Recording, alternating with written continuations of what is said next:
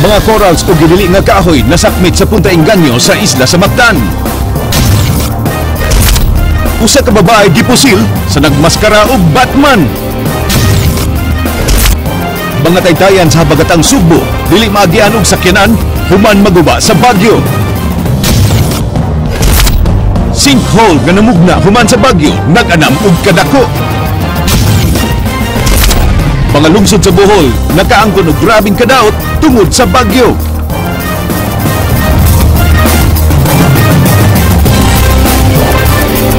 Mayong hapon Sugbo, Kabisayan, ani ang mga balita uban ang kinatibuk ang puwersa sa News 5 Cebu karong adlaw Biyernes, petsa 28 sa buwan sa Nobyembre, tuig 2014. Ako si Dennis Tanok. Amo nang ihatod ang masayong pagbalita inubanan sa mas komprehensibong impormasyon. Ako si Georgia Herrera.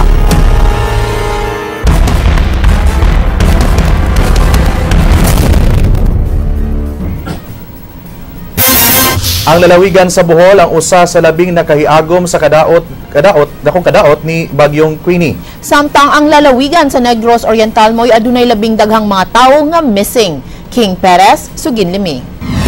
Tulo ang patay, duha ang angol ug siyam ang missing ang natala sa Office of the Civil Defense Region 7 gumikan sa Bagyong Queenie. Usa ang gikatahong patay sa Cebu samtang duha ang sa Bohol. Usa ang ikatahong missing sa Cebu, duha sa Bohol ug unom sa Negros Oriental. Kasagaran sa mga missing mga mananagat, ingon man mga nanlabang sa mga agianan sa tubig atol sa pagbaha. Usa ni ini ang inahan og anak nga Andales dito sa Tayasan, Negros Oriental. Ang amahan iyang gidala ang kinamanghuran ang anak kay bag-evacuate na. So na-evacuate na sila. Una, niya ingon nga huwata ko diha kay balikon ta mo. Tingali na dugay ug balik ang amahan, i-decide na lang sila ang inahan ug kadtong duha niya ka anak nga mulabang. Katupak quick ra to siya pasungkit pero delikado na, imminent danger na. Paglabang nabilin ang usa na bata, siya mao nakasaksi nga naanod ang iyang inahan ug ang iyang isuong bayi.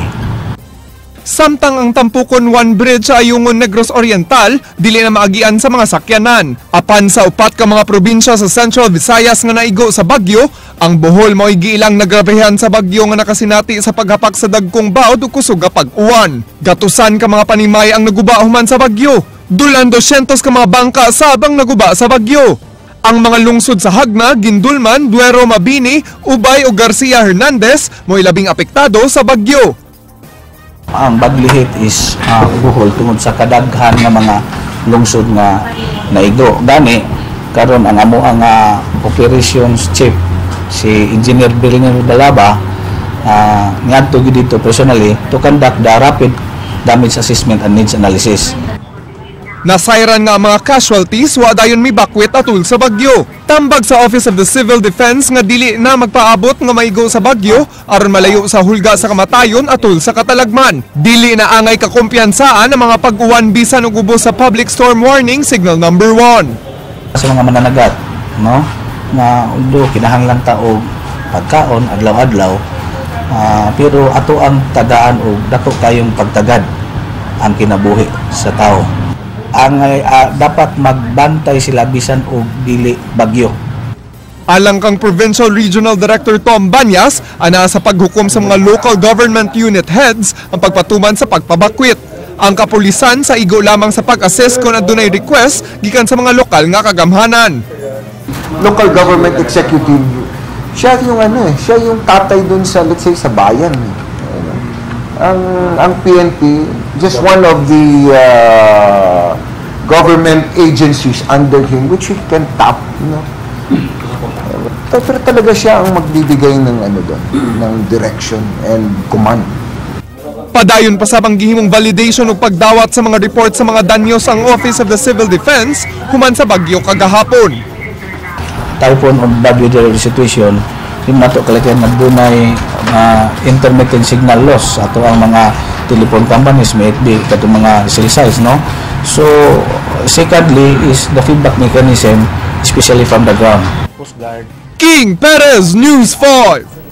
Deklarasyon sa state of calamity gihuwat ni Governor Junjun Davide aron makatunol sa og hinabang ang Kapitolyo sa mga lungsod nga apektado sa bagyo. Ryan Sorote, Suginlimi.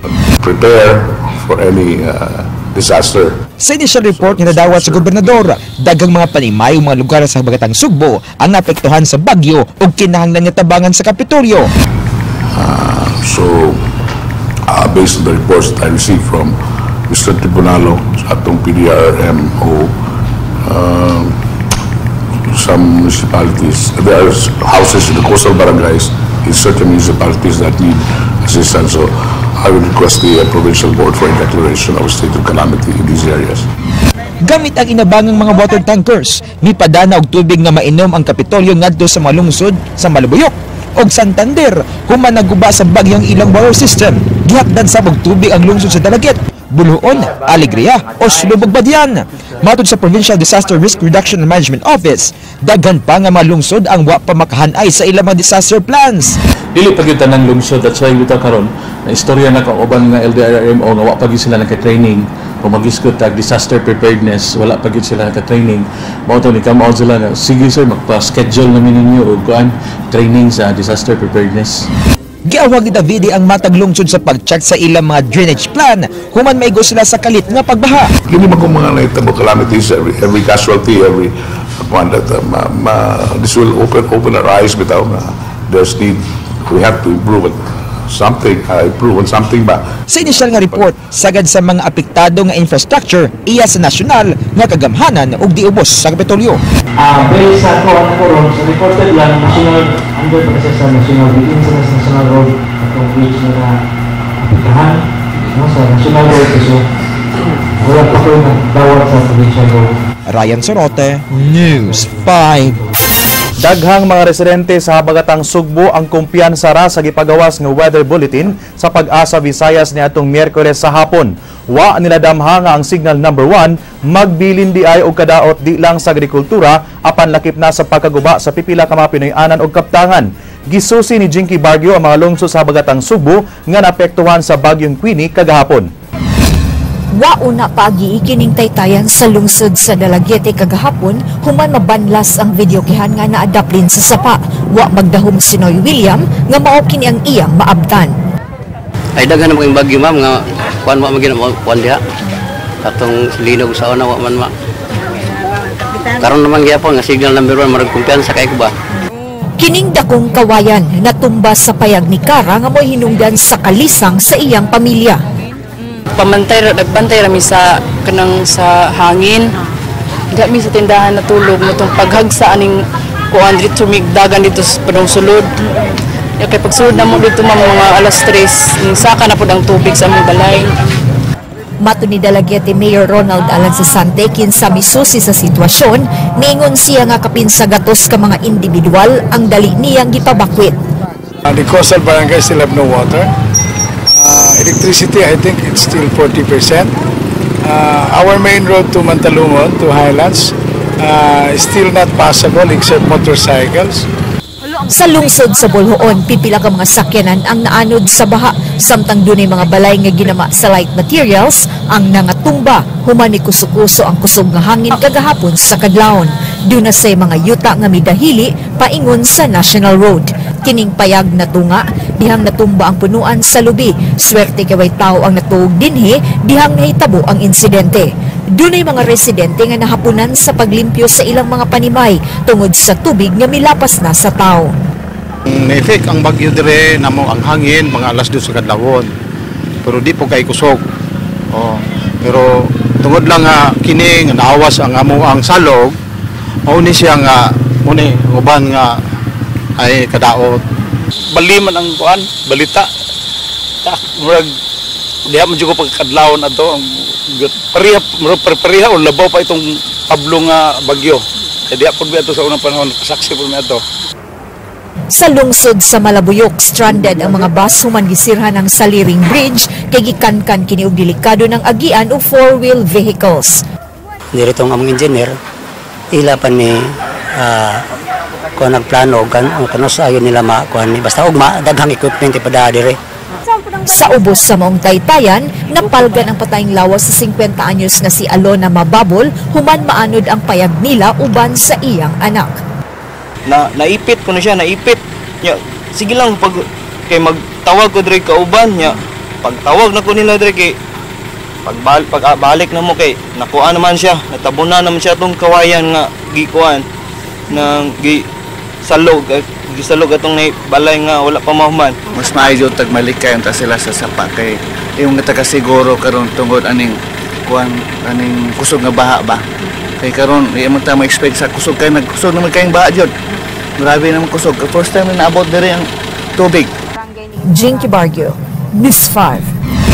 Sa ganihang alas 11 sa buntag, ang Pag-asa mi-issue sa usa ka Weather Advisory number 1. Lain nga low pressure area ang ilang nakita mga 770 kilometers east sa Davao City. Kini magdala og grabing pag-ulan ug mga thunderstorms sa Mindanao, Eastern ug Central Visayas sulod sa 24 oras. Ang publiko ug mga Disaster Risk Reduction and Management Councils gitambagan sa Pag-asa sa pagpangandam.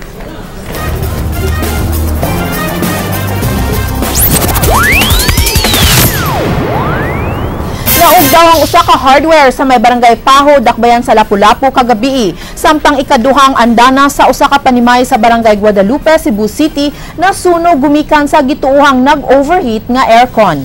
Ryan Sorote, Suginlimi. Wan na makapasilit sa ilang fire extinguisher ang matrabahante sa Denison Enterprises Hardware sa barangay Paho, Dakbayan sa Lapu-Lapu human miulbo ang sunog pasado alas 9 kagabi. Dunay nadunggan nga pagbuto ang mga stay-in workers sa mong hardware. Pipila ka minuto sa wapa miulbo ang kayo nga miabot sa second alarm. Gingon sa bakanting lawak sa hardware nga gihimong tambagkanan sa mga gamit, nagikan ang kayo. Kuha ko sir kay kuha ko sa karton. Buto milayat ako diri nga side, milayat tapos dagan ako kay dakuan man kayo. Di naman matabang ba na akong gamit. Tungod sa midakong kayo, milayat sa Ibilino og nangayog tabang. Alas 10:03 kagabi na dawat sa kabomberuhan ng alarma og ilang napaong ang kayo sulod sa 2 minutos og wa na makakatap sa tapad ining mga balay ang kayo tungod sa perimeter fence. Kining makaraang wire sa kuryente ang gisubay sa kabomberuhan kay ilang gituan nga short circuit ang hinungdan sa sunog. Kani gidama ko ni gitawag na to duration gud sa dihang kuan sa strength of materials makaingon kita nga dapat maguna i-check permente nga wala sad nato nabantayan ang ihang electric fan ng ceiling fan niya kung maayo pagputo nga klase. Samtang kaganyang alaon na 15 sa hapon, naalarma ang sunog sa Don Hervasio, Quijada Street, Maria Luisa South Winds, Barangay Guadalupe, Dakbayan sa Sugbo. Nasunog ang ikadung andana sa panimay, nga gipanag-iya ni James Yu. Daling nakontrolar ang kayo human ang 30 minutos. Matod sa katabang, nga posible ang aircon may hinungdan sa kayo. Aso ang aircon, pag sunod mo tanaw ni kayo na, taong na siya, murag ang wire siguro to naputol or gipaak siguro sa ilaga. Ryan Sorote, News 5. Nagkarambola ang upat ka sakyanan sa may South Road Properties kaganhang buntag nga mo'y hinungdan sa kahuot sa trapiko sa moong dapit. Way nakalas sa moong hitabo apan duha ka driver ang makaangkon og minor injuries. Ray Pasaporte, Suginlimi. Upat kasakyanan ang nagkarambula sa may South Road Properties kaganihang buntag at tubangan sa gitukod nga mall. Natrap sa tunga ang multicab og taxi sa duha ka dagkong sakyanan. Matod sa driver sa 10-wheeler truck nga paingon siya sa pardo apan kalit lang ni Hanoy ang iyang brake sa lugsungon nga bahin sa SRP. Wala may brake di muliko mi nga na muliko ta mi diri ba para asam ta ka para pardo ya na may kutap pa di ko kaliko dia ya wala may brake di tanaw ko ni babag man ni trailer babag naman gyud di wala mo lay mahimo gyud piyong lang ko. Bisan kinsa ang makakita makaingon nga dunay patay sa taxi o kaha sa multicab. Apan daw maisip nga gimilagruhan ang mga driver niini. Gisakitan ra sa tuhod ang driver sa multicab samtang nagpakita sa iyang gara sa tuhod ang driver sa taxi. Adong talisay? Ya. Wa ka kabantay aning tinwilin? Wa. Kay mahini-hini ra pundagan. Di magkakikan ato. Hindi sa syudad. Kasunod mo. Ang go ana man go padong syudad ba ana dire gikan ba? Mambaling nya padong syudad ang go kay na may sitom dia sa crossing nagbarog. Full stop man go dito kanang paana ko nya. Full stop ko kanang gaunong ra ko bombot. Dumbol ra magalit ang truck. Matud ni Sasam nga dali siyang migawas pinaagi sa nabuak nga windshield. Dili sab matukib ang kakurat ug kahadlok sa sitom nga nagman sa trapiko sa dapit. Puwerte niyang dagan paingon sa daplin. Dihang nakita niini nga paingon na ang 10-wheeler truck. Mao gyud hapit mapagan gyud ug wala pa ko kadagan diri kay nakadagan mo ko di padung dito. Nagsiug kabya. Mao gyud ako nakita ng multicab may nilupad na. Ray Pasaporte, News 5. Sinakong gasang og kahoy nga suway untang ipalusot sa dakbayan sa Lapu-Lapu gisakmit sa Task Force Kalikasan. Ryan Sorote, Suginlimi. Kining mga kahoy ang bugtong taho nga nadawat sa Task Force Kalikasan sa dakbayan sa Lapu-Lapu nga iligal nga gipalusot dinhi sa barangay Ponta Engaño. Apan wa damha nga lakip nga maabdan sa Task Force Kalikasan kining sinako nga mga gasang sa sitio Malingin. Dunay mga gasang nga bago pa lang gikuha sa dagat og dunasay namuti na human gihumol sa formalin. Pero kining kuan kining mga gasang kuan ani wa dinhi mao ang report namong report di sa mo gid kahoy. So murag additional na lang ni. Additional lang ni gasang. Nasuta na tulo pa ka mga container sa formalin ang nahibilin aron gamiton sa pagpreserbar sa mga gasang. Nagtuang task force nga gikan ang gasang sa kadagatan sa Lapu-Lapu nga way naandang panginabuhian sa mga residente. Gireid na kaniadto ang dapit apan giingong mibalik sa ilang iligal nga kalihukan. Way nangangkon sa mga nasakbit nga mga gasang og kasko. Sabi na ko, mao na siguro ni negosyo na diri kay nakuha amin siya dipita sa una og corals. Murag isud nito siya mga box kini siya. Murag ibuwad ba nila? Nasayran nga giingong taud-taud nang nagsigig panguha og gasang ang grupo sa mga lalaki. Gani, gikuralan na sa pamilyang Banaay ang ilang palimay aron di maangin sa iligal nga kalihukan. Baguha ba na diya ko pero siya na silag panguha diya mo pero panlabay na mo uban diya ba? Ay panglabay. Mo panlabay kay nama sa tungod sa area na mo bit amo panlabay kay legal. Gingong gikan sa Samar og Mindanao ang mga kasko. Kipatan-aw kini sa City Environment and Natural Resources Office. May mga tubang usubong nga kalapasan sa Fisheries Code o Forestry Law ang nanguha sa mga nasakmit nga gasang og kasko. Ryan Sorote, News 5. Ombudsman nagtuo nga marisolbar ang tanang kaso ug wa nay backlog inig katapos sa iyang termino. King Perez, Suginlimi. Keynote speaker si Ombudsman Conchita Carpio Morales sa usa ka multi-sectoral integrity conference nga gipahigayon dinhi sa dakbayan sa Sugbo.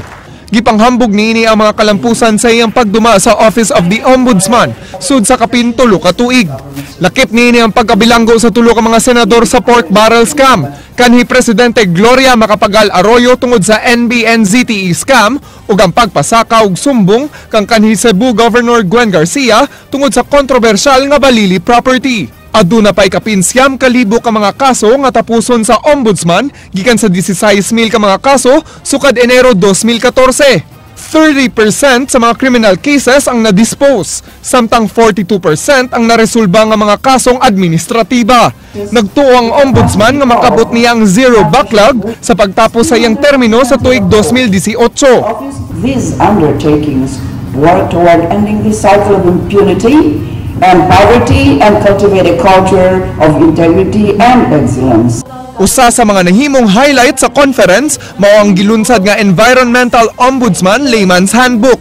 Na-revive ang Environmental Ombudsman niadtong tuig 2012 isip pagsigurong sakto ang pagpatuman sa mga environmental laws sa mga sakop ug opisyales sa gobyerno. Matud pa ni Ombudsman Carpio Morales, mahimong mag-atubang og mga silot administratiba ang mga gireklamong opisyal o empleyado sa gobyerno kung mapamatud ang nakalapa sa mga environmental laws.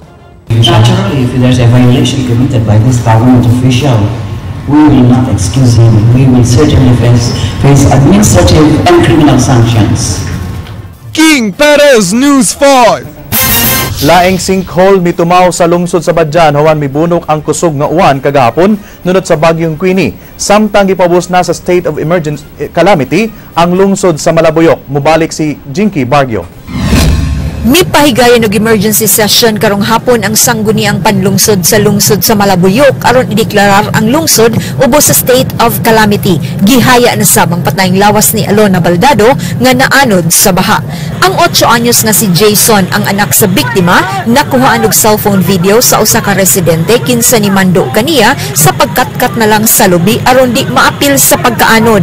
Matud ni Jason, igo na lang siya sa paghilak ibabaw sa punuan sa lubi samtang dihang nagsudong siyang inahan nga natabunan og payag.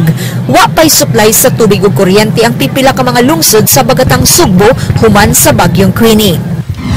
Nakuratsab ang mga mulupyo sa sitio Corbadas sa barangay Banhigan sa lungsod sa Badian dihang kalit nga mitumaw kagahapon kining sinkhole nga gihulagway nila nga nag-anam og kadako. Si Manang Resti igorang nakaagi sa lugar diin kalit mihul pa ang yuta.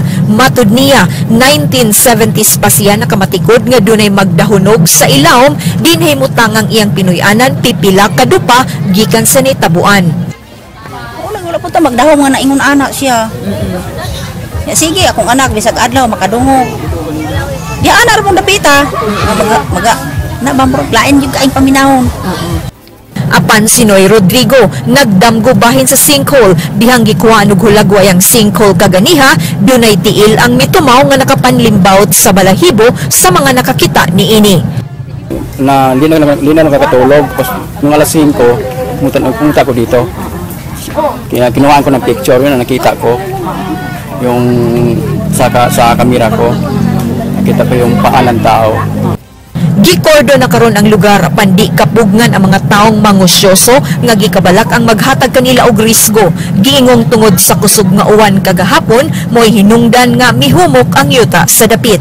Nasayran nga doon na say laing dakong sinkhole ang mitumaw sa maong lungsod natong Pebrero 2012 human sa kusog nga linog sa Negros Oriental. Jinky Bargio, News 5. Wa pa mailing estudyanteng Langyaw gidetain karon sa Fuente Jones Police Station kun Cebu City Police Station 2 human pasanginling ng hikap sa pribadong bahin sa lawas sa usa ka 22 anyos nga babaeng tindera. Nireklamo ang biktima niadtong Miyerkules sa police station ug kagahapon lang nakit-an ang reklamong Langyaw.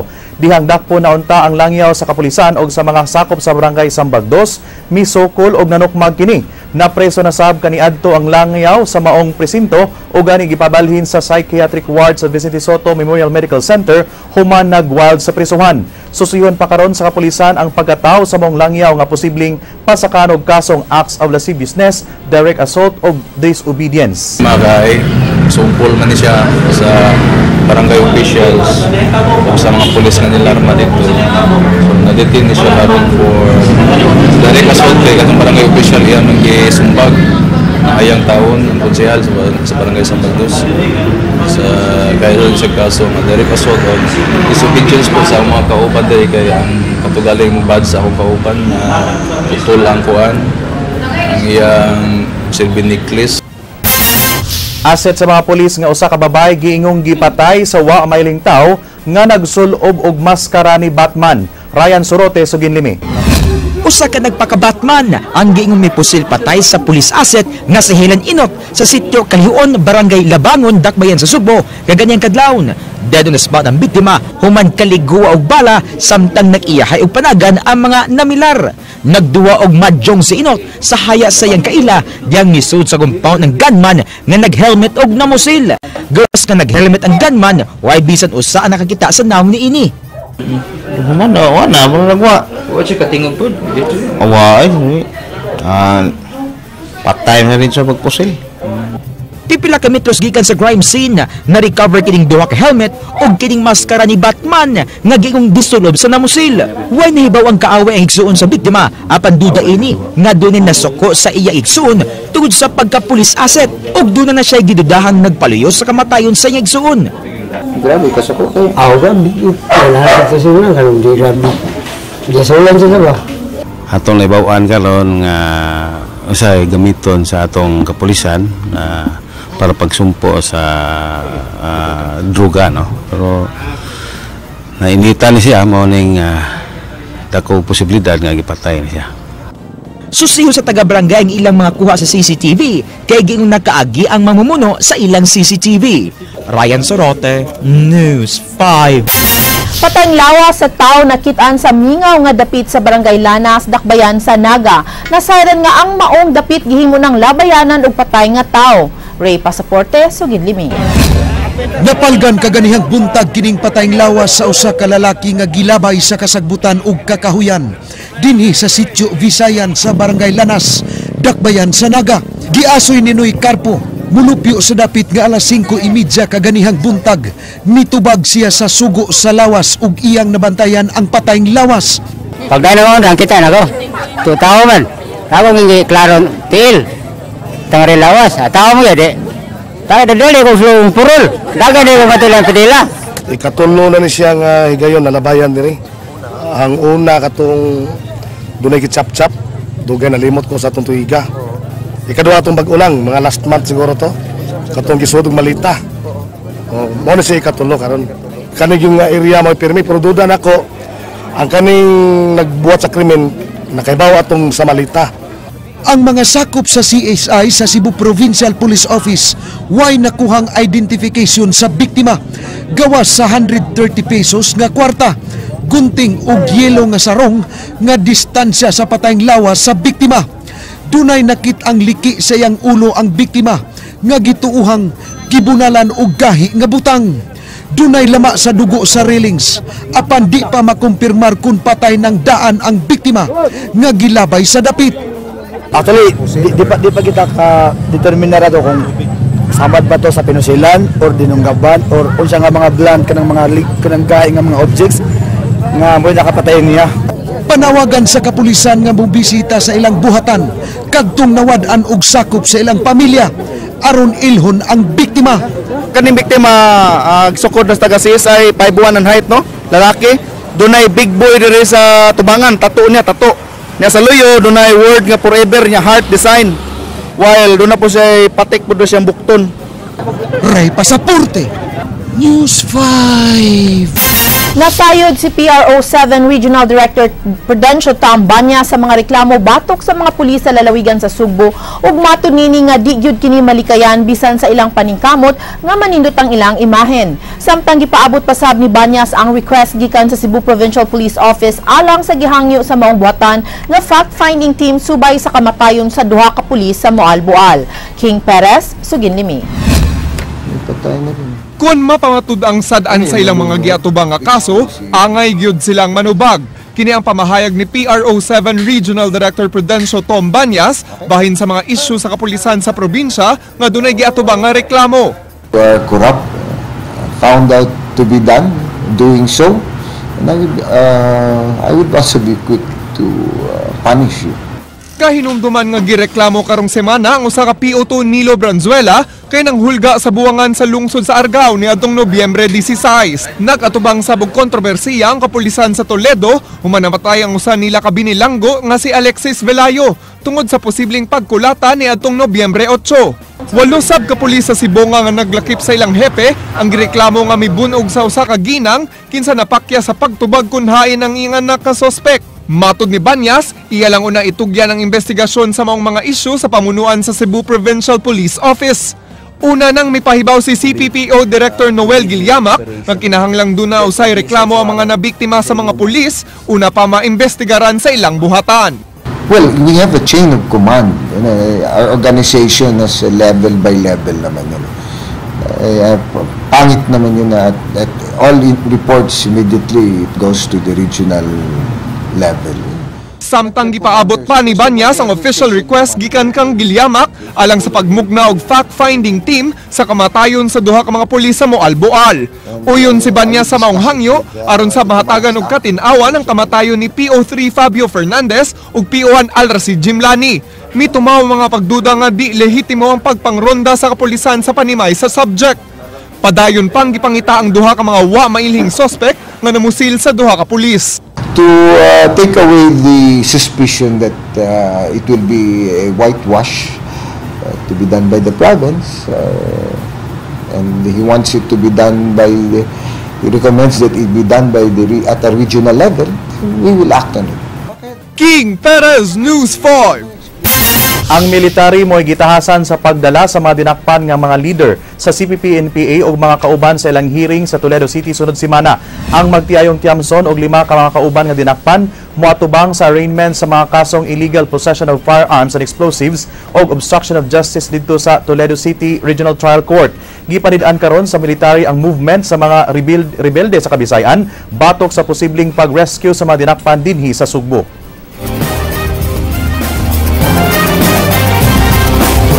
napod tayo mga units nga mo counter ang ilahang mga plano. Georgia, mga kapatid, 27 kaadlaw na lang sa dili pa ang Pasko. Ug mao kadto mabalita sa Aksyon Bisaya, kini si Dennis Tano. Daghang salamat, ako si Georgia Herrera. Bisan asa, bisan kanus-a, kapatid. Kay di lang kutob sa balita, aksyon!